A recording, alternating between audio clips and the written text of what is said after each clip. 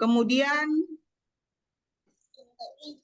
itu saja mungkin yang ingin saya sampaikan. Jadi semoga anak-anak kami bisa mendengarkan dengan baik. Kemudian nanti jika ada pertanyaan seputar sharing session mengenai socialpreneurship, silahkan ditanya kepada ahlinya, ada Kak Alwin di sini. Oke, terima kasih dan semoga nanti di acara berikutnya ketika saya undang Kak Alwin untuk hadir ke Sibolga Taptek, mau hadir ya Kak.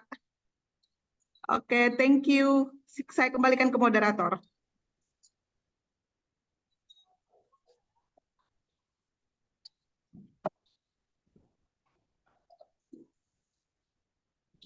Baiklah,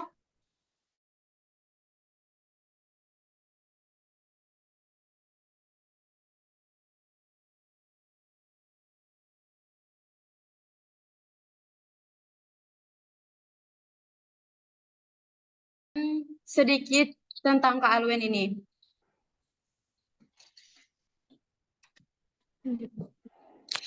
Yang mana Kak Alwin ini merupakan seorang socialpreneur yang sukses dengan berbagai penghargaan yang nasional dan internasional.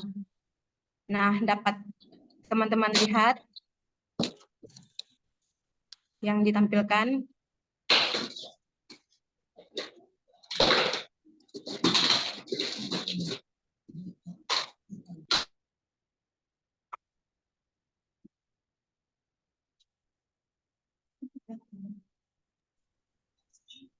Baiklah, mungkin itu saja ya.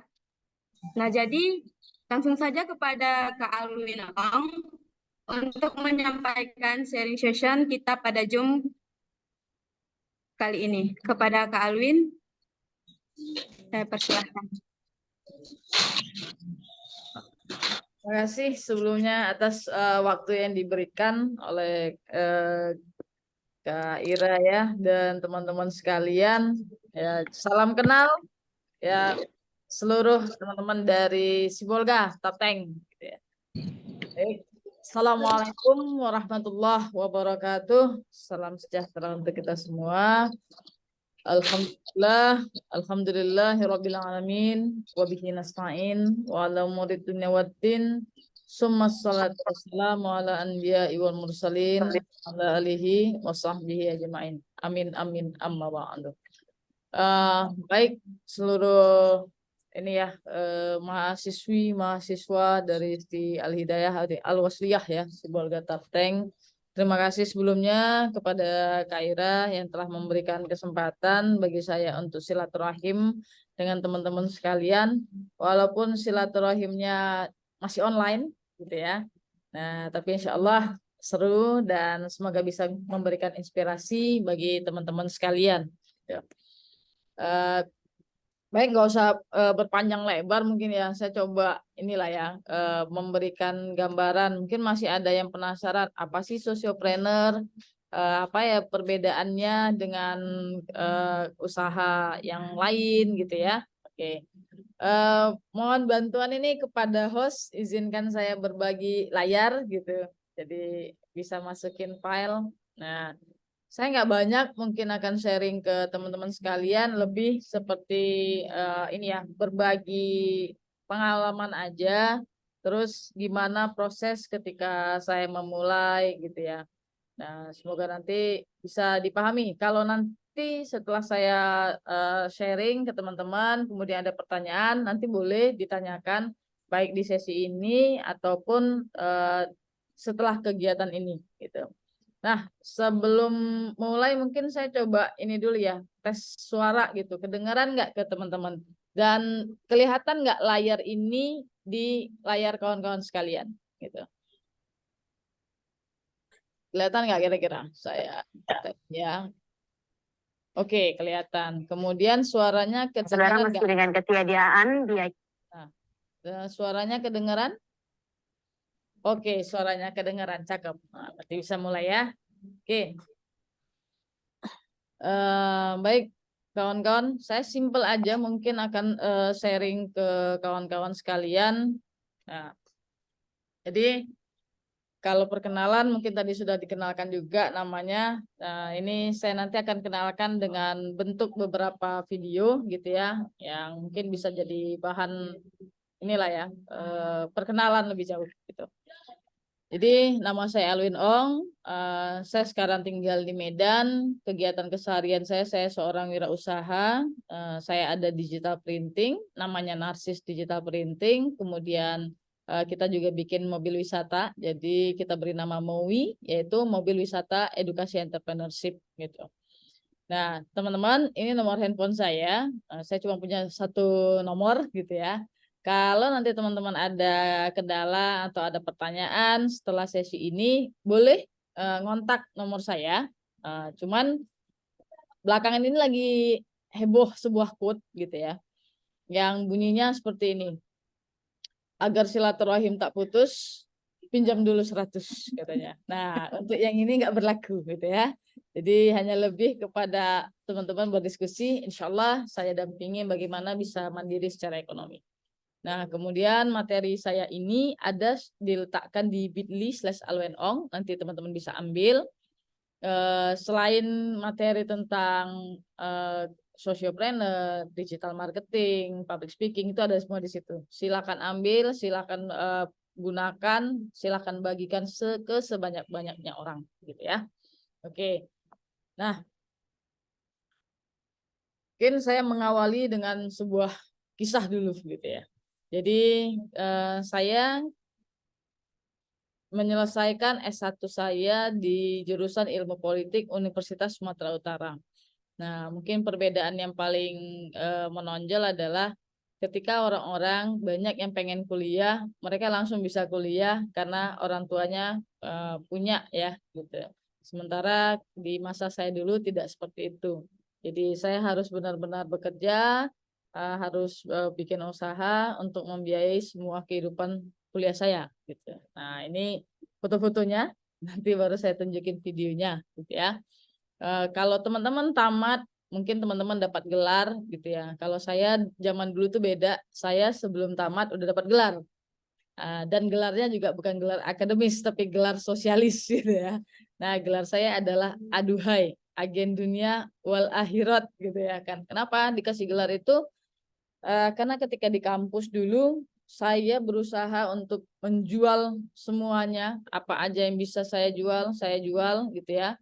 Nah, saya ini kan ke teman-teman dan hasilnya saya gunakan untuk berkegiatan, baik itu untuk kehidupan kuliah maupun belajar. Jadi saya dulu sangat suka sekali belajar gitu ya. Nah, ini dulu teman-teman kegiatan saya sampai pada satu titik Allah itu ngasih jalan ya. Jadi di masa-masa kuliah itu banyak kompetisi. Nah, salah satunya adalah kompetisi wirausaha. Nah, dari jalan berwirausaha inilah akhirnya saya berkesempatan 2010 saya diberi kesempatan untuk berangkat ke Cina, ngikutin kegiatan ASEAN Youth Summit, China ASEAN gitu ya. Jadi kegiatan Youth Camp di Cina tahun 2010. Jadi diskusinya tentang perdagangan bebas. 2015 balik lagi ke Cina, diskusinya tentang jalur sutra atau Silk Road. 2018 balik lagi diskusinya tentang tourism global gitu ya. Dan perjalanan saya rata-rata baik yang ke Cina maupun yang di ASEAN itu gratis dan dibiayai oleh kementerian. Ya, jadi teman-teman jangan pernah mengecilkan mimpi kalian. Jika memang kita yakin terhadap mimpi kita, maka selanjutnya Tuhanlah yang akan menggerakkan dari mana jalannya, gitu ya. Oke. Nah, kawan-kawan, mungkin untuk mempersingkat perkenalan, saya punya sebuah video. Video ini dari SCTV, video sekitar 10 tahun yang lalu gitu. Jadi sudah sangat lama sekali. Semoga dari sini teman-teman akhirnya bisa memahami seperti ini loh proses perjalanan saya sebelum sampai pada level ini gitu. Nah, jadi ini proses yang sangat perlahan, cuma beberapa menit. Nah, kalau teman-teman nanti misalnya dengar video ini ternyata nggak ada suaranya, kasih tahu saya gitu ya. Oke, izin saya putar ya kawan-kawan. Saudara, meski dengan ketiadaan biaya kuliah, seorang perempuan muda sukses menjadi wirausahawan mandiri. Reparasi handphone, percetakan digital hingga lembaga sosial ia jalankan sendiri. Alwin Ong asal Medan juga kerap berbagi tips berwirausaha secara gratis.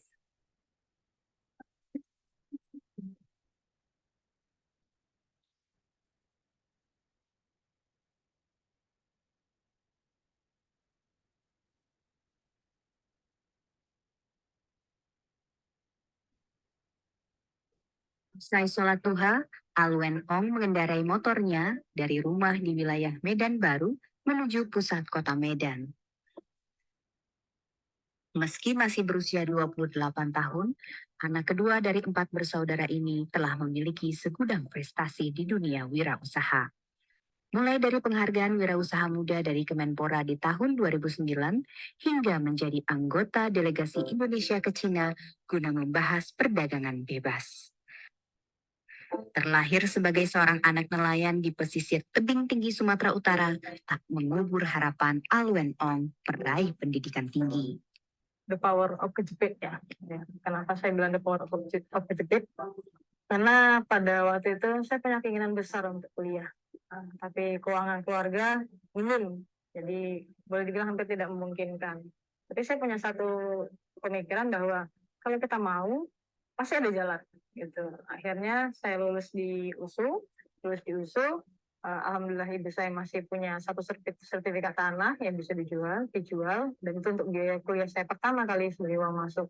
Setelah itu otomatis kan kalau kuliah harus makan, harus bayar uang kuliah, harus bayar buku dan lain-lain. Saya mikirnya apa yang bisa saya lakukan waktu itu? Yang penting saya harus kuliah, tapi tetap dalam koridor halal ya. Jadi saya pikir ya saya harus kerja. Sejumlah usaha dijalankan Alwen untuk membiayai kuliahnya, mulai dari berjualan ikat pinggang sampai berjualan ponsel. Setelah usahanya berkembang, sejak 2011 ia pun membuka pelatihan reparasi ponsel secara cuma-cuma. Seperti badan kita, sama seperti manusia. Dia punya otak, dia punya tubuh, ya kan? Dia juga punya pendengaran. Nah, gitu dia. Cara penganalisisan itu yang kita ajarkan teman-teman supaya lebih mudah. Bermodal pengalaman dan tekad kuat, sarjana ilmu politik Universitas Sumatera Utara ini mengembangkan bisnisnya ke usaha digital printing. Setelah 4 tahun, kini omsetnya tak kurang dari 50 juta rupiah per bulan. Alwen tak pelit ilmu.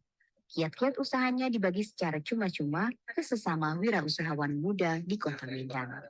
Kalau untuk sahabat, dia dorongnya itu nggak pelan-pelan. Walaupun sakit ya harus diomongin sama dia.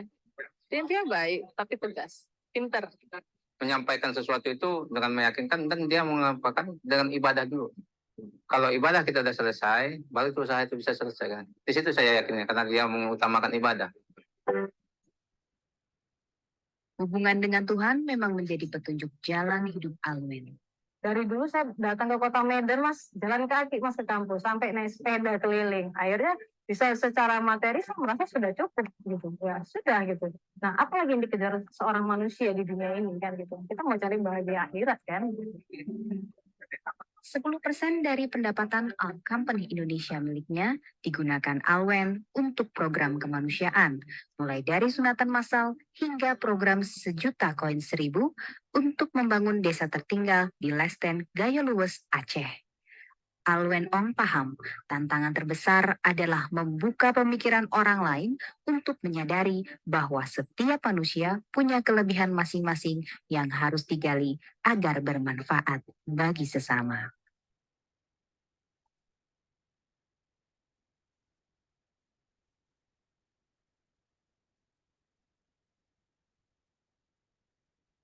Nah, jadi kedengeran ya tadi suaranya ya kawan-kawan ya.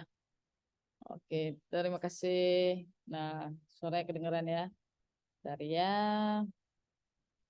Nah, jadi kawan-kawan sekalian, seperti itu kisah saya 10 tahun yang lalu ketika memulai untuk berwirausaha. Jadi step by step sekali. Kemudian ini ya gambaran ininya, gambaran usaha saya. Jadi dulunya 2009 tuh saya bikin usaha yang ada di nih di atas nih petak kanan gitu ya, di bagian sini tuh buka usaha satu petak, kemudian Allah kasih rezeki kita buka satu petak lagi gitu ya, satu petak lagi. Nah, lokasi usaha saya ini unik karena sebuah lokasi mall tersepi di Kota Medan. Kebayang ya, gimana caranya di sebuah tempat yang begitu sepi, tapi kita bisa survive. Gitu. Salah satu hal yang harus dilakukan oleh para teman-teman wirausaha adalah bertahan. Kenapa bertahan? Posisi hari ini dengan hantaman COVID, dengan kondisi produk-produk lagi naik, harga ini semua, maka para wirausaha itu hari ini posisinya bertahan. Ya, nah kira-kira menurut teman-teman sekalian, kalau di masa COVID, orang tuh banyak yang buka atau yang tutup ya usahanya ya? Nah, rata-rata biasanya tutup gitu ya, karena banyak yang nggak bisa bertahan gitu, mereka tutup. Alhamdulillah ketika 3 tahun yang lalu tuh ya, Allah kasih rezeki lagi di masa COVID, kita buka satu outlet lagi yang di Seputu 77 gitu ya. Nah jadi dari sinilah kenapa saya selalu sangat suka ketika diminta untuk sharing ke orang-orang. Karena harapan saya dengan pengalaman yang Allah titipkan kepada saya, maka ini bisa digunakan juga oleh teman-teman yang lain. Kenapa kita bisa bertahan sampai hari ini? Tentu tidak terlepas dari doa banyak orang. Kemudian yang paling penting adalah tidak cukup hanya berdoa, ikhtiar, tapi juga berusaha. Nah, trik-trik itulah yang biasa saya sharing ke orang-orang. Gimana caranya kamu bisa bertahan di tempat sepi, gimana caranya ketika banyak orang tutup, kamu bisa tetap survive. Nah, ilmu-ilmu itu yang biasa saya sharing ke teman-teman, gitu ya. Oke, ini usaha saya, kemudian kami kembangkan dengan sebuah metode lagi, namanya MOWI. MOWI itu Mobil Wisata Edukasi Entrepreneurship. Nah, jadi MOWI ini ceritanya tentang bagaimana membantu pemerintah dalam membranding suatu kota. Ya, jadi kalau umumnya teman-teman mendengarkan Medan, kota apa gitu ya, ada yang bilang kota begal, sejuta lubang, para ketua gitu ya, kemudian kota terjorok gitu. Nah, kalian harus coba naik MOWI agar melihat Medan dari sisi yang berbeda. Karena pada dasarnya Medan itu merupakan city of trade, kota perdagangan dengan berbagai potensinya, gitu ya. Dan dengan makanannya yang diakui oleh seluruh dunia, yang memiliki 2 cita rasa. Yang pertama itu enak, yang kedua enak kali. Nah, ya, oke. Nah, nih teman-teman sekalian, mungkin saya nggak usah muterin tentang MOWI ya. Nanti teman-teman boleh cek di Google gitu ya. Silahkan nanti tanya sama Mbah Google. Ini saya hanya menggambarkan kepada teman-teman sekalian dengan waktu yang begitu singkat, bagaimana proses sociopreneur itu bisa terjadi. Nah, jadi ada sebuah leveling dalam berwirausaha. Level pertama itu disebut dengan pedagang. Jadi fokusnya adalah bagaimana menjual sebuah produk, mendapatkan cuan. Nah, dari cuan itu kemudian diputar lagi jadi bagian bisnis yang lebih besar gitu. Nah, pada satu level lagi, selain pedagang, ternyata ada yang disebut dengan entrepreneur. Nah, bagaimana bedanya? Perbedaannya adalah sebuah pembangunan sistem. Ada sistem yang dibangun. Ada cara-cara yang dibakukan kemudian dijadikan SOP untuk dijalankan kepada orang yang lebih banyak. Nah, jadi levelnya beda. Pedagang fokusnya untuk cari cuan tok. Kalau nanti naik ke entrepreneur, dia sudah membangun sistem agar bisnisnya bisa diregenerasi. Masuk pada satu step lagi disebut dengan sociopreneur. Nah, apa itu? Bagaimana orang-orang yang membangun usaha ini sudah memiliki fokus besar tidak hanya untuk kebermanfaatan dirinya, tapi ceritanya kebermanfaatan bagi banyak orang. Nah, jadi levelnya udah beda ya. Nah, apakah sociopreneur ini dijalankan harus dengan memiliki modal yang besar, harus usahanya sudah running begitu kencang? Ternyata tidak. Yang harus dibangun pertama kali dalam membentuk sociopreneurship adalah mindset. Nah, mindset dulu gitu ya. Omset akan ngikut setelah mindset kita duduk. Nah, itu pengalaman yang saya alami. Jadi, apa yang kita lakukan dalam mendorong branding sebagai seorang sociopreneur, maka yang pertama adalah kami membangun sebuah keyakinan Allah itu memberi rezeki kepada setiap hambanya, Dan ketika dalam sebuah perjalanan, teman-teman harus memahami apa yang Allah titipkan kepada kita tidak hanya untuk kita. Jadi ada milik orang lain. Nah, sisi lainnya apa yang harus kita lakukan? Yang kita lakukan adalah meminta kepada orang-orang sebanyak-banyaknya doa, sehingga Allah itu mengabulkan doa-doa kebaikan bagi usaha kita, gitu ya. Nah, dalam sebuah konsep ini, saya bersama seluruh tim menjalankan kegiatan ini berbarengan. Jadi setiap usaha yang kita jalankan ada hasilnya kita asingkan, ya kita sisihkan langsung, kemudian dibuat program-program sosial. Jadi perjalanan ini sudah kami lakukan sejak awal memulai usaha, namun baru dibakukan, baru diresmikan dan dibuat gerakannya, namanya Gerakan Kawan Awen. Gerakan ini sebenarnya sudah kita jalankan selama 9 tahun, tapi baru pakai seragam belakangan, gitu ya. Nah, jadi ini Gerakan Kawan Awen, apa aja yang kita lakukan? Yang pertama adalah fokus kami, selain kita berbisnis, maka kita harus berbagi kepada orang-orang bagaimana teknikal memulai bisnis, ya, bagaimana agar mereka bisa survive dalam perjalanannya. Nah, kegiatan salah satu yang kami lakukan seperti yang teman-teman lihat di layar, kita melakukan pendampingan wirausaha, baik itu bagi anak muda, bagi ibu-ibu, bagi para ayah, gitu ya. Itu kita lakukan. Yang ada di hadapan teman-teman ini adalah sebuah foto ketika kita melakukan pendampingan bagi binaan Bank Indonesia di Tebing Tinggi. Ini adalah kumpulan ibu-ibu pedagang jamu, kemudian levelnya ditingkatkan secara produk, lebih distandarisasi sehingga memiliki high quality, gitu ya. Nah, ini kita lakukan pendampingan kewirausahaan. Kenapa ini kita lakukan? Karena harapan besar bagi saya dan seluruh teman-teman, tidak hanya kita saja yang mapan secara ekonomi, tapi banyak orang lain juga punya kesempatan untuk mapan secara ekonomi. Nah, apa yang kita lakukan? Kita berbagi ke lapangan, kita turun ke lapangan, sama seperti 3 bulan ini kami men-challenge kita dalam melakukan kegiatan. Kita bikin gerakan 6.666 siswa teredukasi wirausaha di sekolah-sekolah. Jadi kita datang ke sekolah-sekolah. Hari ini sudah terkumpul sekitar 3.600-an ya. Tinggal sedikit lagi. Jadi dalam 1 bulan ke depan, insya Allah ketika adik-adik sudah masuk sekolah lagi, kita langsung gas, gitu ya. Nah, kenapa harus masuk di level siswa? Karena simpel sekali. Hari ini banyak siswa, terutama yang kelas 12, masih bingung setelah tamat mau jadi apa. Setelah tamat nanti mau ngapain. Atau jangan-jangan teman-teman yang kuliah-kuliah ini juga bingung setelah tamat nanti mau ngapain gitu. Sementara lapangan pekerjaannya semakin sempit, semakin kecil. Nah, salah satu solusinya adalah entrepreneurship, gitu ya. Tapi entrepreneurship ini juga punya pola, dan pola inilah yang harus dipelajari, gitu ya. Nah, jadi ini kegiatan kita. Yang pertama itu adalah kepedulian terhadap pendidikan. Kemudian the next yang kita lakukan adalah kepedulian terhadap kesehatan. Dan kita concern sekali untuk kesehatan ibu dan anak, gitu ya.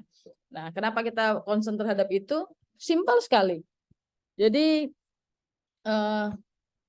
pada suatu ketika kami turun mengantarkan paket berbagi berkah Ramadan, saya bertemu dengan seorang ibu di daerah pesisir. Ketika saya temui, saya bertanya ke dia, Bu, sudah pernah USG? Gitu ya. Kenapa saya tanyakan? Karena saya lihat beliau hamil besar dengan 3 bocil di belakangnya. Jadi ini anak calon yang keempat, gitu ya. Ketika saya tanya, Bu, sudah pernah USG? Ibunya nggak jawab pertanyaan saya, tapi jawabannya seperti ini. Aku ada duit 10.000, tapi bingung. Ondak beli tolo atau odol gigi. Nah, teman-teman bisa bayangkan, dia tidak menjawab pertanyaan saya apakah ibu sudah USG, tapi yang beliau jawab adalah dia sedang kebingungan pada malam itu dengan uang Rp10.000 bingung membeli odol atau odol gigi. Ya, odol atau telur, gitu ya. Nah, teman-teman bayangkan ada masyarakat yang hari itu sedang kebingungan akan makan pakai apa. Sementara di lain pihak, pemerintah kita menggaungkan Indonesia generasi emas, Indonesia generasi emas 2045. Nah, cuman yang ada di hadapan saya pada waktu itu calon generasi emas, calon pemimpin negeri yang akan memiliki kemungkinan terkena stunting karena kurang gizi. Karena si ibu juga makan dengan kondisi yang kurang gitu ya. Nah, dari situ akhirnya saya kepikiran, kenapa nggak kita fokusin untuk bantu ibu-ibu melahirkan generasi-generasi bangsa yang luar biasa ke depannya. Maka dari situ kami kumpulkan dana kita kumpulin, kemudian kita beliin mesin USG. Nah, ada hal yang menarik dengan mesin USG ini. Kita berjuang, gimana caranya mesin ini hadir, gimana caranya ibu dokternya juga hadir, dokter spesialis gitu ya. Wah, ini dokter yang luar biasa loh gitu. Nah, kemudian yang dalam bayangan saya adalah bagaimana caranya bisa secepat mungkin mesin ini hadir. Nah, jadi teman-teman menyarankan kepada saya, ayo bikin proposal gitu ya, bikin proposal, nanti kasih ke wali kota, kasih ke gubernur gitu ya. Dah, saya bikinlah. Dan saya kirimlah semua proposal itu kepada orang-orang pemangku kepentingan di negeri ini. Nah, alhamdulillah sampai mesinnya Allah kabulkan di depan Ka'bah. Sampai hari ini proposal saya nggak tahu jawabannya, nggak tahu kemana dan nggak tahu bagaimana gitu ya. Nah, inti akhirnya adalah teman-teman, kalau kamu memang pengen membangun ini, jangan gantungkan dirimu kepada orang lain. Jangan gantungkan mimpimu kepada orang lain. Gantungkan kepada dirimu dan fokuslah untuk menjadi makhluk yang lebih bermanfaat. Ya, itu lesson learning-nya. Ya, oke. Next, apa yang kita lakukan? Yang kita lakukan adalah salah satunya berbagi berkah Ramadan. Jadi setiap tahun kita rutin berbagi berkah Ramadan. Kemarin kita coba kumpulin ini ya foto-foto zaman dahulu. Alhamdulillah ini adalah tahun ke-9. Dan ketika hari raya kurban, maka yang kita lakukan adalah kita berbagi kurban. Ketika ada banjir, kita langsung turun bantu masyarakat di tengah banjir. Dan kita berusaha sebisa mungkin dengan hasil usaha yang Allah titipkan kepada kita semakin dekat kepada masyarakat, langsung part to part, langsung kepada orang-orang yang membutuhkan. Nah, jadi intinya adalah bisnismu, usaha yang kamu bangun tidak hanya untuk dirimu, tapi fokuslah bagaimana usaha yang kita jalani bisa bermanfaat bagi banyak orang. Ingat kawan-kawan, jangan mau dikotak-kotakkan. Hari ini Indonesia sedang tidak baik-baik saja, maka yang harus kita lakukan adalah menyatukan hati kita membangun negeri ini. Ya.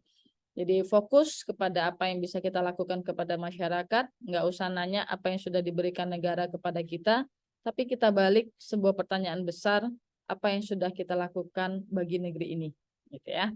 Oke. Nah, kawan-kawan, mungkin sebelum masuk kepada sesi pertanyaan nantinya, ini adalah sebuah video kompilasi yang saya pengen putar ke teman-teman sekalian, dan semoga ini bisa memberikan inspirasi kepada teman-teman, ya.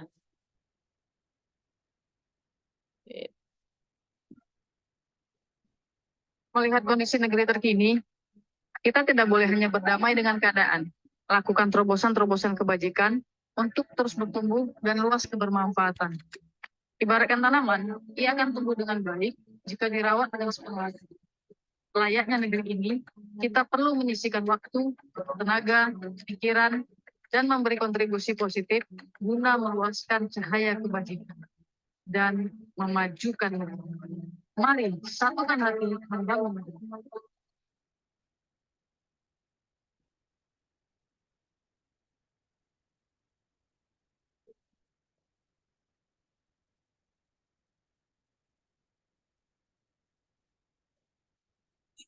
Kita membangun negeri dari mana mulai, dari kita dari saat ini, bagaimana caranya satukan hati kita bersama negeri.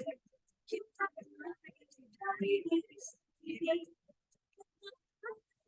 dan saat ini kita satukan hati.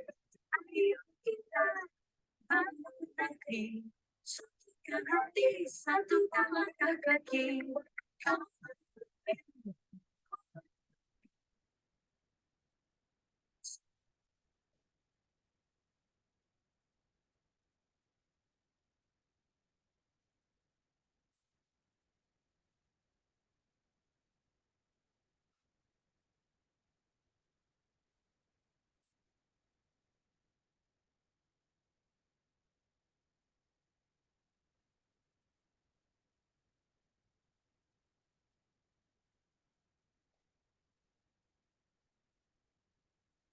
Oke, itu kawan-kawan tadi sekilas tentang bagaimana processingnya, ketika bagaimana akhirnya saya bisa sampai pada posisi ini, dan harapan besarnya tentu teman-teman bisa ngambil ini ya, inspirasi dari situ.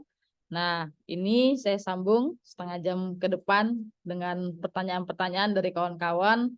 Semoga pertanyaan tersebut bisa jadi gambaran juga ya, apa yang inilah yang bisa diambil lah dari apa yang sudah saya sampaikan tadi. Oke, izin saya kembalikan kepada teman-teman sekalian dan kepada Ibu dosen. Terima kasih. Assalamualaikum warahmatullahi wabarakatuh.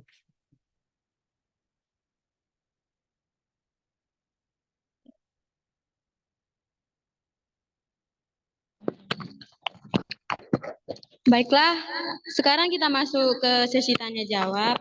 Kepada teman-teman yang masih penasaran bagaimana menjadi seorang sociopreneur seperti Kak Awin, Ong, dan bagaimana menjadi seorang sociopreneur yang sukses. Dan kepada teman-teman saya persilakan untuk bertanya.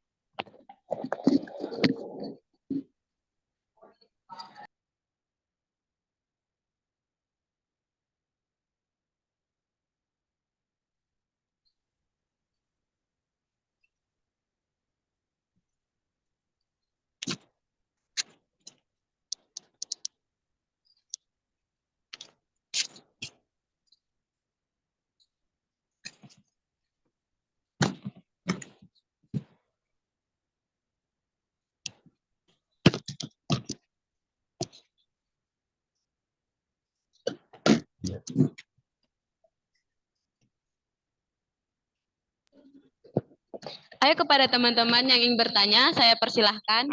Mungkin ada yang masih belum paham ya menjadi sosok sociopreneur yang sukses. Jadi kepada teman-teman yang ingin bertanya kepada Kak Awen, ya saya persilahkan.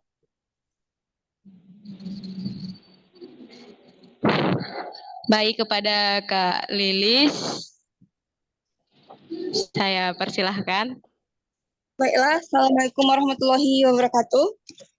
Waalaikumsalam warahmatullahi wabarakatuh.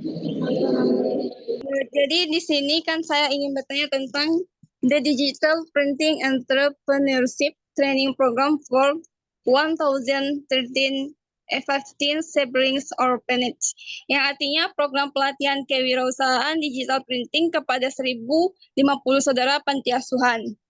Jadi saya mau membahas sedikit, yaitu dari yang saya dengar program pelatihan kewirausahaan digital printing kepada 1050 saudara panti asuhan sangat menarik sekali, bahkan membantu banyak orang yang masih dalam kekurangan. Program pengabdian masyarakat ini diwakilkan oleh Awal Ong.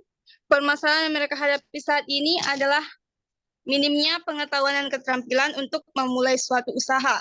Selain itu, mereka pun memerlukan bimbingan, pelatihan, dan pendampingan berkelanjutan untuk mewujudkan cita-cita menjadi seorang wirausaha yang kreatif dan inovatif. Sumber daya manusia yang kreatif sangat diperlukan dalam pengembangan usaha. Salah satu bentuk pengembangan sumber daya manusia adalah dalam bidang desain grafis. Melalui pelatihan desain grafis ini diharapkan dapat meningkatkan kreativitas dan kemampuan berinovasi dalam berwirausaha. Tentunya diperlukan proses untuk membangun jiwa kewirausahaan di kalangan mereka, baik berupa bimbingan, pelatihan, sampai pendamping berkelanjutan. Pertanyaan saya adalah, apa yang dilakukan tim Digital Printing Entrepreneurship Training Program atau program pelatihan kewirausahaan digital printing kepada 1050 saudara panti asuhan untuk merancang program pelatihan yang sesuai untuk mendorong semangat kewirausahaan? Itu aja. Terima kasih. Saya tutup dengan mengucapkan wassalamualaikum warahmatullahi wabarakatuh. Oke, terima kasih Kak Lilis atas pertanyaannya. Nah, ini ada lagi yang lain nggak nih? Mau disambung? Atau Kak Lilis dulu nih? Ya. Oke, mungkin saya jawab dulu dengan Kak Lilis kali ya. Nah, jadi langsung aja ya, maaf moderator gitu ya. Nah, jadi gini, konsep program yang kita lakukan tempo hari, kita bikin namanya itu Pantipreneur. Nah, teman-teman masih bisa akses sekarang www.pantipreneur.com gitu ya. Nah, yang kita lakukan adalah yang pertama memberikan pengetahuan tentang mindset. Jadi mindsetnya dulu yang kita berikan, kami mendata seluruh panti asuhan yang ada di Kota Medan, Deli Serdang, dan Tebing Tinggi. Nah, sekitar situ ya. Jadi kami fokus ke daerah tersebut, 4 daerah itu, karena pertama lokasinya cukup terjangkau, tidak terlalu jauh dari Kota Medan. Kita data, kemudian dari hasil pendataan itu kita bikinin program yang pertama tentang mindset berwirausaha. Jadi kita kasih gambaran ke adik-adik yang ada di panti asuhan, bagaimana mereka tuh bisa ngelihat ada loh profesi lain selain mereka bekerja. Nah, untuk mendorong mindset berwirausaha ini, maka kita perkenalkan salah satu wirausaha terkait dengan digital printing gitu. Jadi konsepnya pertama kita datang ke panti asuhan, kita kasih pengetahuan adik-adik tentang berwirausaha. Dari situ kita ada seleksi, ada pemilihan adik-adik yang akan mendapatkan beasiswa. Nah, jadi dari keseluruhan itu mereka dapat beasiswa. Ada 50 anak yang dapat beasiswa. Beasiswanya terkait yang pertama itu mereka diajari tentang desain grafis. Kemudian yang kedua mereka diajarin gimana cara bikin pin, bikin mug, bikin kaos gitu ya yang terkait dengan digital printing secara keseluruhan. Nah, sedangkan untuk adik-adik yang kita waktu keliling ke panti-panti mereka itu langsung kita ajarkan bagaimana caranya mereka bisa bikin mug dan bisa bikin pin. Nah, gitu ya. Jadi langsung praktek di lokasi itu. Selain ada edukasi wirausaha, juga ada prakteknya. Nah, bagi 50 orang yang terpilih, mereka dapat pendampingan. Nah, jadi ada tahapan-tahapan yang kita lakukan. Jadi mereka dapat ikutin kelas 1 minggu, kemudian setelah 1 minggu itu mereka dapat lagi kegiatan yang 3 hari. Nah, jadi inti kegiatan yang kita lakukan adalah gimana mereka bisa dapat pengetahuan tentang digital printing, bentuk pengetahuan sebuah wirausaha, dan mereka bisa langsung praktek. Nah, itu sih. Nah, dari hasil kegiatan tempo hari, ada beberapa anak panti asuhan yang akhirnya mereka itu bisa bekerja di tempat lain. Nah, kenapa tidak langsung buka usaha? Pertama gini, teman-teman dari panti ini kan nggak semua punya modal dulu ya. Nah, jadi mereka harus memulainya dengan skill yang mereka dapatkan. Mereka belajar dulu gitu ya. Jadi bekerja sembari digaji sebenarnya. Dari hasil yang mereka dapatkan itu mereka kumpulin. Nah, itu dia. Jadi kalau di kita kegiatan seperti itu, tambah kemarin satu lagi, kita bikin kegiatan bagi teman-teman difabel. Nah, jadi teman-teman difabel juga punya kesempatan yang sama seperti kita untuk mendapatkan baik itu kesempatan kerja maupun kesempatan untuk belajar gitu. Nah, di lokasi kita juga ada beberapa teman-teman difabel, bahkan satu dulu alumni dari tim kita gitu. Sekarang udah bikin usaha di Subang. Sudah ada videonya juga kemarin di ini ya, masuk TV juga gitu. Nah, bagi saya dan seluruh teman-teman sekalian, dengan bertumbuhnya, dengan berkembangnya teman-teman, itu tidak mengganggu rezeki kami. Bahkan itu menjadi sebuah doa besar, semakin banyak orang yang bisa belajar dengan kita, insya Allah tidak akan mengurangi rezeki kita, tapi mereka bertumbuh dengan sendirinya, dan akhirnya mereka juga punya satu persamaan dari yang kami ajarkan adalah jangan pernah takut persaingan, karena sesungguhnya pesaing terberat kita itu adalah diri kita sendiri. Nah, ya, jadi kita saingan sama diri kita sendiri gitu ya. Jadi nggak usah takut dengan berbagi ilmu, insya Allah ilmu itu akan jadi berkah bagi semua. Gitu. Baik, itu mungkin ada pertanyaan yang lain lagi? Ya, Mei. Baik, kepada teman-teman yang ingin bertanya lagi, ada yang ingin bertanya? Nih, masuk di chat nih dari Ririn. Nah, dari Ririn ya. Nih, saya sambung lagi nih ya, gitu. Nah, apa kendala ketika jadi sosiopreneur gitu ya? Oh, kendala banyak. Nah, kendala jadi kalau saya ngelihatnya gini, kendala itu kalau kita anggap kendala, kita anggap masalah itu jadi masalah gitu. Tapi saya selalu menganggap setiap hal yang datang itu adalah tantangan, challenge, sebuah tantangan yang akan bikin kita tuh jadi besar, gitu ya. Bikin kita itu jadi bertumbuh. Jadi kita itu akan jadi orang yang hari ini lebih baik gitulah. Itu yang ada dalam kepala saya terkait dengan tantangan-tantangan yang ada gitu ya. Jadi yang kendala-kendala yang muncul pertama adalah kalau dari diri sendiri, yang pertama itu yang jadi tantangan, kenapa kita harus ngajarin ilmu kita kepada orang lain? Itu tantangannya. Kenapa? Tuh, kalau sukses ya sukses sendiri aja, ngapain suksesnya rame-rame gitu ya. Itu kendala terbesar yang ada di saya dulu sewaktu pertama sekali. Dan itu sudah clear, alhamdulillah sampai hari ini sudah clear. Maka salah satu yang paling saya ingat itu adalah wa may yattaqillah yaj'al lahu makhraja. Ternyata rezeki itu ketika kita memang berfokus untuk membantu orang lain, maka Allah akan bukakan dari pintu yang lain. Allah nggak nutup, Allah bukakan lagi gitu. Kita bantu orang masuk, Allah bukakan pintu dibukain lagi ya. Kemudian ada yang paling saya ingat lagi adalah ternyata sampai hari ini belum ada orang yang mati gitu ya. Orang yang mati mereka berpulang kemudian bawa Lamborghini, bawa istana, bawa pakaian-pakaian terbaiknya, ikut dikuburkan sama dia. Belum pernah gitu. Jadi akhirnya saya kemarin berpikir, ternyata 3 hal yang dibawa ketika mati. Yang pertama itu adalah ketika kita memiliki harta yang kita belanjakan di jalan Tuhan. Nah, kita belanjain, balik lagi kita gitu ya, jadi pahala. Kemudian yang kedua, doa anak-anak yang soleh gitu ya. Dan yang ketiga ini adalah ilmu yang bermanfaat. Nah, dari 3 poin ini ternyata poin pertama itu terlalu berat bagi saya. Ya kan? Karena hartanya belum banyak. Apa yang mau dibagiin gitu ya. Nah, kecuali nih sama teman-teman sekalian, hartanya banyak gitu ya. Nah, jadi yang kedua saya pikirin doa anak-anak yang soleh. Wah, belum banyak ini gitu. Mana lagi masih cici-cici gitu ya. Nah, baru yang ketiga nih. Yang ketiga ternyata sesuatu yang menurut saya jauh lebih mudah. Ilmu yang bermanfaat. Nah, dari situlah akhirnya saya berpikir, kenapa kita harus fokus cuman pada dunia? Kenapa enggak kita membangun jalan dari dunia menuju akhirat? Nah, dari situ kendala pertama yang saya alami, ketakutan untuk berbagi selesai. Karena orientasinya adalah akhirat. Saya berharap kehidupan ini nyampe nanti pahala-pahalanya sampai akhirat. Nah, bisa jadi malah saya bisa masuk surga dari teman-teman sekalian. Karena setelah kegiatan ini, kalian bagiin ke orang-orang lain lagi ilmunya gitu ya.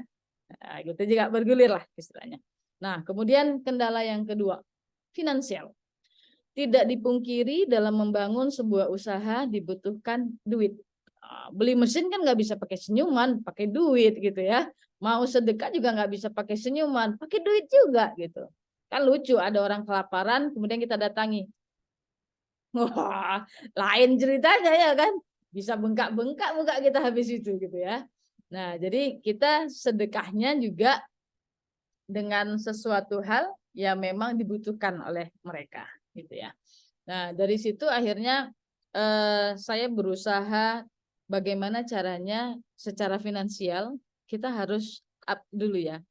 Sampai pada satu sisi dan ini tantangan besarnya. Ternyata ketika kita bisnisnya bagus, bisnisnya jalan, menghasilkan, muncul satu sifat lagi di dalam manusia, yaitu rakus. Nah, ya kan, kerakusan itu muncul di setiap diri kita rata-rata. Aduh, gimana ini? Kalau misalnya saya bagiin ke orang lain kurang dong kita, gitu ya. Kemudian kalau saya beli sebuah mesin gitu ya, ke mesin ini saya harus jadi yang paling besar di sini. Ya udah, yang lain kita pateni gitu istilahnya ya kan, matein biar kita bisa menguasai seluruh dunia gitu kan. Nah, itu kan muncul ya di dalam manusia itu pasti muncul gitu. Nah, di sini tantangannya adalah bagaimana saya harus menempatkan rasa cukup dalam diri. Nah, jadi secara finansial saya sudah merasa cukup dan rasa ini yang saya bagiin ke seluruh tim. Kenapa harus dengan seluruh tim? Karena kami bekerja sesuai dengan strukturnya. Saya tidak bekerja sendiri, usaha juga tidak jalan karena saya sendiri, tapi seluruh teman-teman. Nah, dari situ kita memberikan aliran pengetahuan yang sama. Nah, jadi sama dulu, sekufu dulu, gitu ya. Nah, dari situ akhirnya saya semakin memahami selain yang pertama tadi masalahnya adalah diri, yang kedua rasa cukup. Nah, itu tantangan yang kedua. Jadi memastikan diri kita, meyakini bahwa kita sudah cukup, menemukan angka cukup kita, itu penting. Nah, itu harus dipelajari oleh teman-teman dari sekarang. Karena banyak hari ini orang-orang yang lifestyle-nya lebih tinggi daripada daya kehidupannya. Jadi gaya hidup lebih tinggi daripada daya hidupnya, gitu ya. Nah, itu harus kalian temukan. Itu harus dibentuk dalam diri kita, dan cuman kita sendiri yang bisa menentukan itu, gitu ya. Kemudian ketika membangun usaha itu kita takut bahwa orang akan jadi pesaing. Nah, itu semua sudah harus dikelirkan. Jadi kendala-kendala itu sudah harus dikelirkan. Nah, selanjutnya adalah dalam membuat sebuah program-program sosial, tantangannya sangat banyak. Baik tantangannya dari luar gitu ya. Jadi kita menyelesaikan dulu tantangan dari dalam, kemudian menyelesaikan tantangan dari luar. Tantangan dari luar apa? Memberikan edukasi ke masyarakat itu tidak mudah. Kenapa? Karena rata-rata sudah bekarat. Nah, bekarat ini, ya kan? Oh, coba teman-teman lihatlah. Ini kan apalagi ini musim pilkada ya, pemilihan ya, pileg-pileg ya. Orang kalau di daerah pesisir sudah punya tagline. Tagline-nya tak ulo, tak ile. Nggak dibagi, nggak ada suara. Nah, contoh lagi, kalau misalnya di daerah inilah mayoritas Jawa, nah, bahasanya lain lagi. Bahasanya wani piro. Nah, ya kan? Dan itu sudah bekarat gitu. Sudah bekarat. Sehingga kesulitan kita dalam membangun mindset ini, menemukan orang-orang dengan pola pikir yang seperti itu, yang penuh dengan ketakutan mereka akan kekurangan. Nah, tantangannya adalah memberi edukasi kepada mereka bahwa ketika kita memperbaiki diri, ketika kita berfokus untuk kebersamaan, insya Allah semuanya Allah mudahkan. Jadi banyak sekali tantangannya, terutama dalam pendampingan berwirausaha. Kadang yang pertama adalah orang nggak yakin bahwa dia itu bisa sukses. Itu banyak loh masalah di daerah. Dia nggak yakin dia bisa sukses. Kenapa? Karena udah lama. Lautnya semakin sedikit hasilnya, sehingga nggak yakin dia. Maka kitalah orang yang mendampingi harus ekstra, harus berkorban. Korban waktu, korban finansial, korban pikiran. Nah, makanya teman-teman sekalian, kendala-kendala yang ada di lapangan itu insya Allah bisa kita selesaikan dengan niat kita yang tulus, dan pastinya teman-teman jangan merasa kekurangan. Kalau hari ini teman-teman masih bisa bernafas, bersyukurlah. Kalau hari ini teman-teman masih bernapas aja badannya udah bisa gemuk, luar biasa, itu lebih harus disyukuri gitu ya. Karena banyak orang di luar sana udah makan banyak juga belum besar-besar badannya gitu ya. Itu syukur yang pertama gitu ya.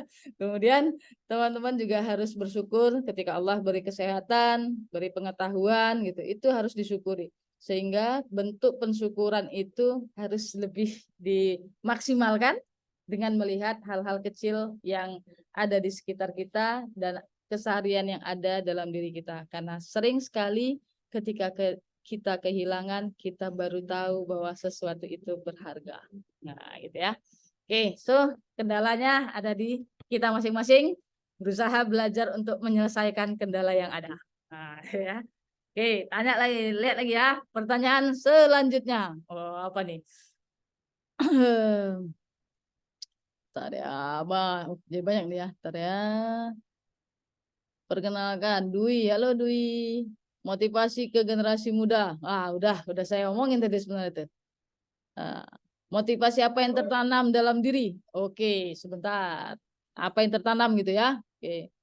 Skill apa yang harus dimiliki seorang sociopreneur? Oke, sebentar ya. Skillnya, kemudian ini ya. Apa yang harus ditanam, strategi mengatasi resistensi pihak-pihak tertentu.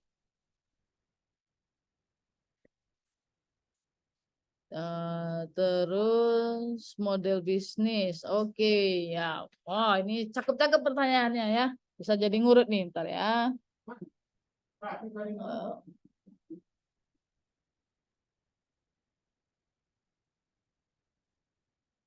Oke. Nah, ini saya jawab dari bawah dulu. Apakah ada seorang tokoh yang ntar ya.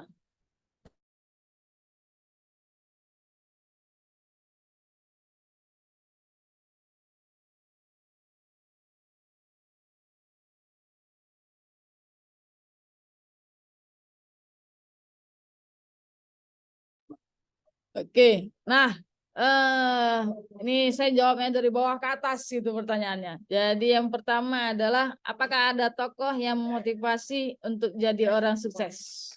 Nah, jadi teman-teman, ternyata tokoh-tokoh yang memotivasi kita untuk jadi orang sukses itu ada di sekitar kita. Ya. Pelajaran pertama saya dapatkan dari seorang ibu, yaitu ibu saya. Ibu saya tidak pernah menyelesaikan S2-nya. S2 itu artinya sekolah dasar tingkat 2. Jadi cuman kelas 1,5 SD. Tapi beliau punya mimpi besar dan saya sangat meyakini kalian juga punya mimpi yang besar. Orang-orang tua kita semua juga memiliki mimpi yang besar dan mimpi mereka itu diletakkannya kepada kita. Jadi ibu saya terlahir dengan kondisi yang sangat tidak baik lah ya gitu secara kondisi ekonomi, tapi beliau pengen tidak terjadi dengan generasinya gitu. Jadi beliau melakukan banyak hal selama itu halal dilakukan oleh ibu saya. Nah, dari situ akhirnya saya mencoba memahami ternyata ada hal yang memang harus kita korbankan untuk kebermanfaatan orang banyak.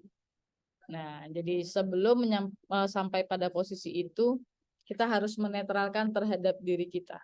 Nah, kesuksesan tidak semata-mata dilihat seberapa banyak harta yang dimiliki seseorang. Tapi kesuksesan sesungguhnya ada pada hati kita masing-masing ketika kita merasa lapang melihat kehidupan orang-orang, ketika hati kita merasa ringan, ketika ada orang yang tengah kesulitan, kemudian kita tolong gitu ya. Jadi ada pada hati kita masing-masing. Sukses itu sesuatu hal yang nggak bisa dibakuin juga kalau menurut saya ya. Tapi masing-masing orang punya persepsi tentang sukses. Tapi secara bisnis, sukses itu adalah ketika kamu menikmati proses, kamu bertahan dalam kondisi krisis, dan ketika kamu berada pada satu step yang tinggi, kamu tidak rakus. Nah, itu makna sukses yang ada dalam kehidupan saya. Nah, jadi saya belajar banyak dari ibu saya, bagaimana kita harus survive, jangan pernah malu dengan kondisi kita, dan ketika sukses, utamakan keluarga kita. Nah, jadi teman-teman sukses jangan serta-merta yang diutamakan adalah pacar gitu ya. Jadi bahagiain dulu ibu dan ayah kita karena mereka adalah orang-orang yang sangat-sangat fokus untuk membantu kita menumbuhkan sekitar kita, diri kita gitu ya. Jadi ingat mereka ya. Oke, itu dari sisi siapa orang yang jadi inspirasi saya gitu ya. Kemudian langkah awal untuk sukses saya udah ceritain tadi. Jadi teman-teman bisa melakukan step by step dimulai dari diri masing-masing ya. Nah, ini apa yang dilakukan ketika ada nggak setuju tuh dengan pihak lain gitu ya. Sementara kita pengen bikin kayak gini, orang nggak mau gitu. Nah, tadi sebenarnya sudah saya tunjukin. Ketika orang ramai-ramai hari ini cerita tentang stunting, maka yang kita lakukan adalah mencegah stunting. Nah, itu yang saya lakukan. Kemudian fokus untuk ningkatin usaha, dari hasil usaha itu kita bagiin ke masyarakat dalam bentuk programnya USG gratis bagi masyarakat. Nah, jadi kita fokus terhadap solusi. Nah, jadi teman-teman jangan habiskan waktunya hanya untuk berdebat. Banyak waktu untuk berdebat tapi nggak menghasilkan, itu juga zero gitu ya. Jadi fokus terhadap solusi. Nah, dan ketika kita berjalan tentu banyak suara sumbang di sekitar kita. Kayak tawon gitu ya. Teman-teman kalau kalian punya mimpi yang clear, kalian cukup ambil kapas, tutup di telinga kalian, tutup, kalian jalan ya. Kalian fokus terhadap mimpi kalian. Kenapa? Kalau kalian sukses, banyak orang yang mengakui kalian adalah temannya. Kemudian mereka bertepuk tangan, ore itu kawan saya gitu. Tapi yakinlah kalian, kalau kalian tidak jadi orang sukses, kalian mau ketemu orang pun udah ada stiker di jidat kalian. Tulisannya pinjam dulu 100. Nah, jadi harus jadi orang sukses gitu. Nah, ketika sukses jangan rakus. Ketika sukses bantu orang lain agar mereka juga menjadi sukses. Gitu ya. Dan anak muda nggak boleh malas. Nggak boleh malas. Nah, malas itu adalah sesuatu yang mungkin bagi orang kaum-kaum berbahan gitu ya. Dengan waktu yang kalian miliki, pelajari banyak hal. Nah, skill apa yang harus dimiliki? Oke, yang pertama, skill komunikasi.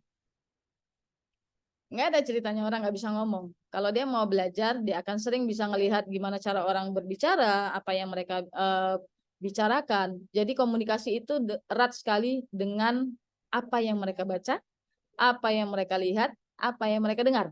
Nah, jadi kemampuan komunikasi harus kalian tumbuhkan, skill komunikasi. Kemudian yang kedua, harus update. Update dalam hal ketika orang-orang bersibuk dengan media sosial, kita harus ngerti media sosial. Ketika orang sibuk dengan AI, kalian harus ngerti dengan AI. Paling enggak pelajari Canva, kalian bisa desain, pelajari film ya, bikin video pakai CapCut. Wah, ini ahli CapCut semua nih di ruangan ini saya rasa ya, di dalam Zoom ini ya. Nah, terus kalau kalian nggak bisa nulis gitu ya, minta bantuan ChatGPT. Tapi yang paling penting sebenarnya adalah kalian harus banyak membaca. Jadi wawasannya jauh lebih luas, gitu ya. Oke, jadi itu skill yang diperlukan. Nah, apa yang harus ditanamkan dalam diri untuk jadi seorang sociopreneur? Yang pertama, teman-teman, pahamilah motivator sesungguhnya bukan Mario Teguh, ya, bukan Tung Desem Waringin, ataupun Alwen Ong. Tapi motivator sesungguhnya adalah orang yang kalian temui setiap pagi di depan kaca.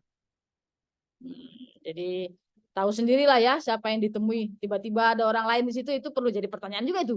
Nah, ya. Jadi itu. Jadi kalian temukan siapa orang tersebut. Ya. Nah, terus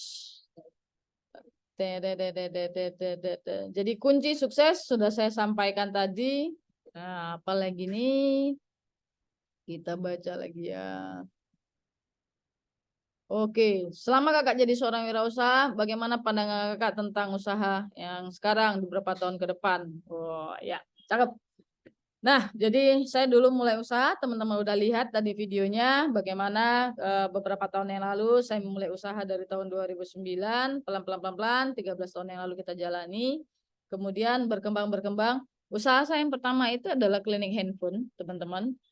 Kenapa di tahun kurang lebih sekitar tahun keempat atau kelima saya langsung close, jadi kita pivot istilahnya ya, kita beralih usaha karena pada masa itu saya sudah bisa membaca semua orang pada satu masa akan lem biru, jadi lempar beli baru.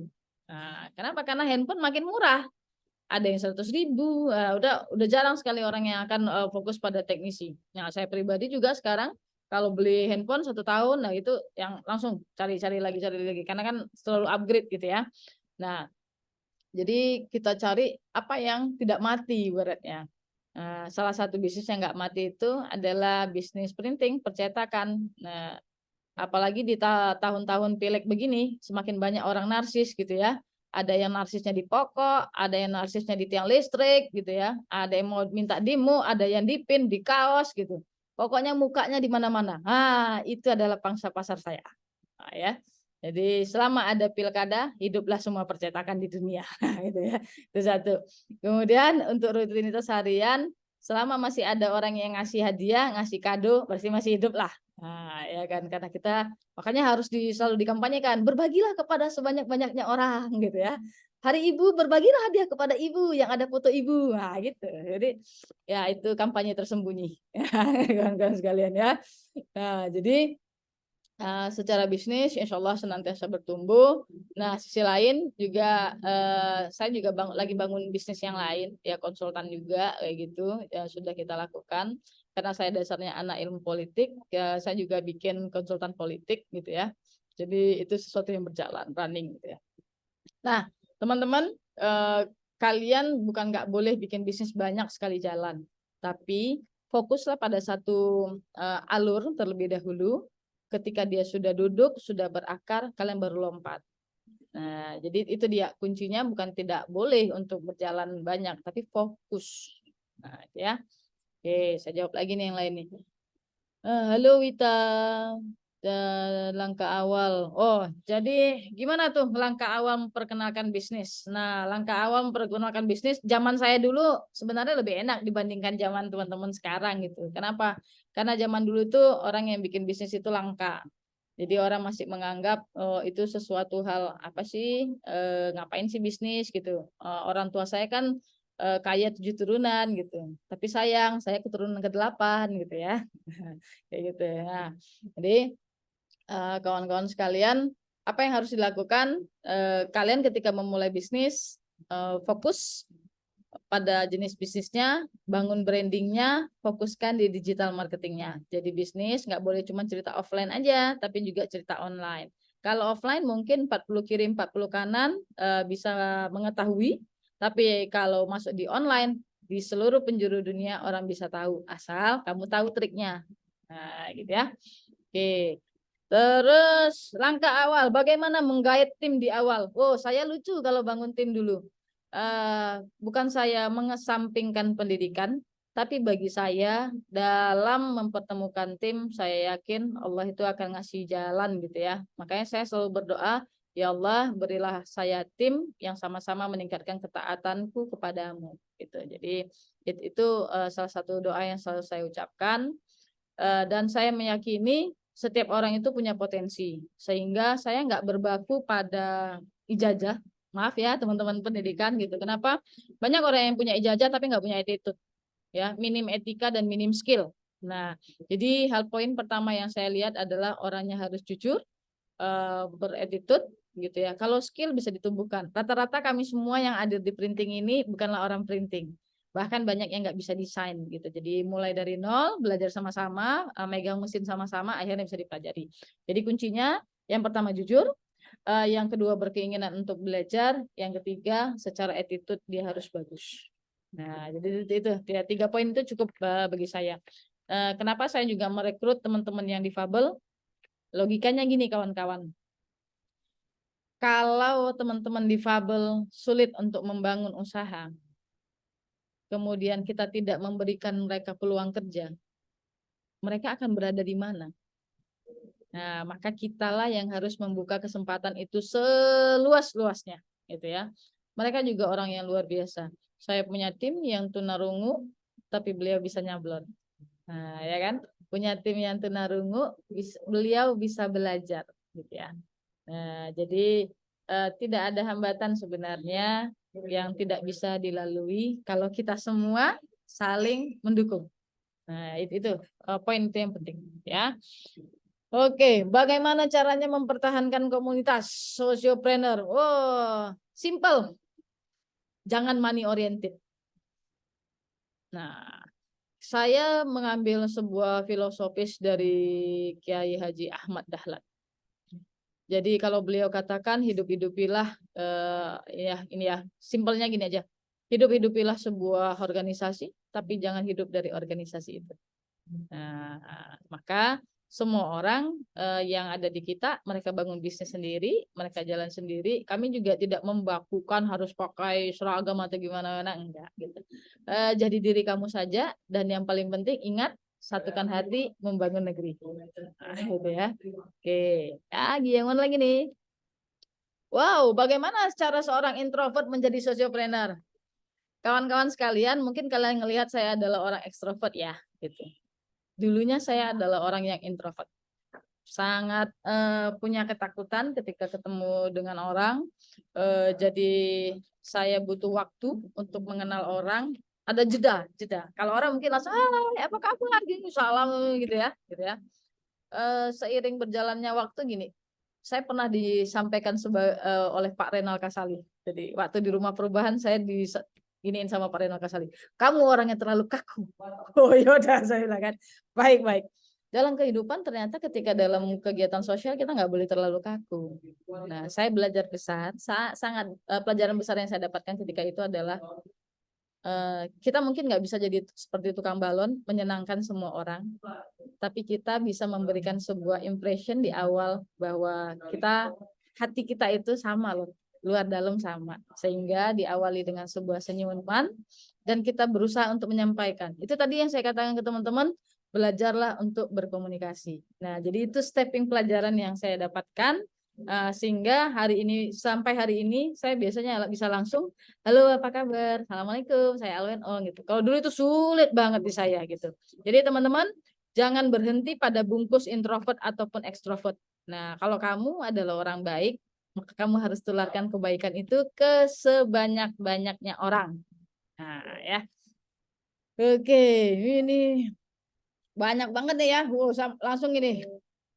Bu dosen langsung gimana nih gitu ya. Nah, ini udah saya habisin nih semua pertanyaan gitu ya. Oh, ini mau dikasih tips lagi nih. Belum punya modal tapi udah jualan online. Nah, kadang jenuh, kadang capek, pengen punya tempat usaha, tapi belum punya skill banyak. Nah, jadi bingung Kak, tetap pengen penghasilan duit sambil kuliah katanya. Oke. Pertanyaan itu sudah dijawab sebenarnya. Yang pertama adalah punya keinginan. Nah, kalau punya keinginan, maka teman-teman ayo bikin my dreams. Bikin kertas mimpi kalian. Kalian tuliskan apa mimpi terbesar kalian, kapan ingin diwujudkan, di mana itu, tuliskan. Jadi saya tuh bikin my dreams ya, ambil kertas kayak ukuran A3 gitu, atau A4 juga nggak apa-apa. Kalian bikin kotak-kotak impian kalian. Apa yang kalian inginkan ke depannya. Terus kalian tuliskan tanggalnya. Nanti ada orang yang bilang kalian gila, ya kan? Apa hubungannya mimpi dengan tulisan kotak-kotak dalam sebuah kertas? Tapi yakinlah semua kotak-kotak yang telah saya tulis itu terkabulkan. Jadi tugas manusia itu cuman bermimpi, berusaha, berikhtiar. Yang ngabulin itu Tuhan. Nah, itu harus dipahami ya, itu dipahami. Jadi jangan takut mimpi, mumpung mimpinya masih gratis. Nanti kalau udah kena pajak payah. Ya. Nah, kemudian nggak punya skill, jawabannya belajar. Nggak punya skill harus belajar. Skill apa yang kamu butuhkan, kamu belajar. Kalau kamu nggak punya duit bayar untuk belajar, maka kamu harus bertanya sama Mbah Google. Di Google itu banyak sekali edukasi kalau kamu mau belajar. Nah, saya aja ibaratnya, saya dulu nggak tahu tentang AI, ChatGPT, Canvas, belajar. Nah, sekarang lagi, nggak ngerti lagi nih. Ini ada sebuah baru lagi, AR, augmented reality, nggak ngerti, belajar lagi. Gratis semua rata-rata di YouTube itu, pakai. Luangin waktumu, kurangi urusan yang nggak penting. Jadi kita harus nyusun waktu, mana yang prioritas, mana yang tidak prioritas. Jadi harus pahami ya, teman-teman. Kita dikasih waktu mungkin 24 jam, tapi ingat 8 jam yang produktif. Nah, jadi maksimalkan 8 jam itu untuk sesuatu hal yang benar-benar produktif. Ya, waktu tidur, waktu belajar, waktu berteman batasi. Not all time, gitu ya. Berteman dengan semua orang, jangan ngelihat ini kastanya beda gitu, jangan gitu. Kenapa? Karena kamu nggak tahu dia ke depannya jadi apa. Nah, dalam berteman kuncinya adalah ketulusan. Tulus. Jangan berpikir dapat fulus dari orang lain. Tulus saja. Nah, itu ya. Kemudian kalau nggak punya modal ngapain lagi? Diawali dengan jadi agen. Ya, makanya gelarnya jadi aduhai agen dunia wal akhirat gitu ya. Nah, dari situ teman-teman bisa sangat belajar. Pelajarannya adalah kalian harus tahu apa yang disukai orang-orang, kalian harus menemukan distributornya, kalian harus nyari orang yang bisa mau COD-an bareng kalian gitu ya. Kenapa ini harus dilakukan? Ini adalah hal yang mudah tapi tantangannya berat. Nah, tantangan berat itu ada di kita. Tadi udah ada kata jenuh dan capek. Kita mudah sekali untuk merasa jenuh dan capek, sesuatu hal rutin yang kita lakukan. Tapi kita nggak jenuh dan nggak capek kalau ngelihat duit, kemudian ATM kita bunyi-bunyi, ting, ting, ting gitu. Nah, jadi kita fokusin gimana rasa jenuh itu diputar. Nah, itulah tadi, makanya di awal sekali saya katakan, kita harus mampu mengontrol diri kita, mampu mengalahkan rasa jenuh, rasa malas, rasa kerakusan, rasa pengen dianggap, segala-gala hal yang membuat kita terlihat egois. Itu hancurkan terlebih dahulu. Nah, ya, kawan-kawan sekalian, So kalau nggak punya skill, silakan belajar, temukan mentor kalian, temukan guru kalian. Karena kalau kita sudah dewasa, akan jauh lebih berbeda, lebih enak ketika kita beli sesuatu dengan uang sendiri. Nah, gitu ya. Oke, itu dulu Ibu dosen dan moderator. Nah, terima kasih atas waktu yang diberikan. Pertanyaannya sudah saya babat habis, gitu ya. Nah, maaf kalau ada kata-kata yang salah, mungkin bahasanya terlalu terbuka. Gitu ya. Oke, terima kasih. Baik, terima kasih untuk teman-teman yang telah bertanya kepada Kak Awen. Baik, sekarang kita akan masuk ke sesi foto ya, foto bersama. Oke, Kepada ayo, teman-teman, Tuh. silakan open kamera karena kita akan melakukan foto bersama via Zoom. Kepada teman-teman, saya persilahkan.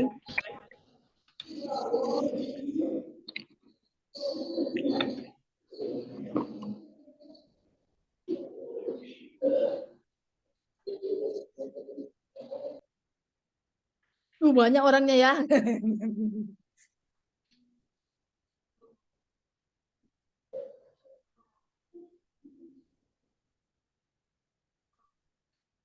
Oke.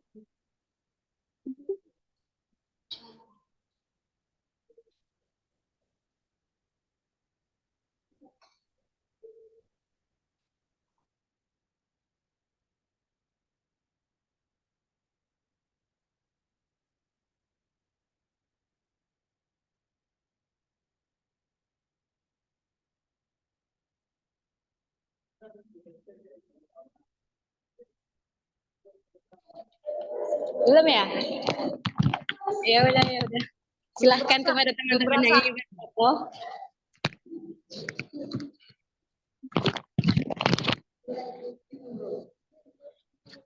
Baik, 3, 2, 1. Sudah? Baik, terima kasih.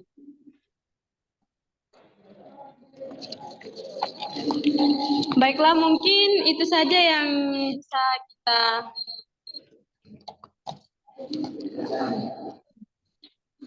Baik, mungkin itu saja acara kita pada hari ini. Terima kasih kepada Kak Awen yang telah meluangkan waktunya pada Zoom kita pada hari ini. Minum obat biar tak kejang. Subuh hari berangkat belayar. Kalau acara ini kurang panjang, silahkan undang lagi, tapi bayar. Saya tutup acara kita pada hari ini. Apabila ada kata-kata saya yang salah, saya mohon maaf. Wabillahi taufiq wal hidayah. Assalamualaikum warahmatullahi wabarakatuh.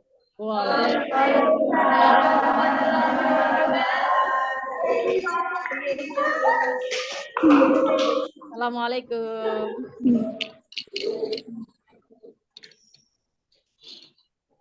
Terima kasih Kak Ira. Terima kasih semua teman-teman. Assalamualaikum.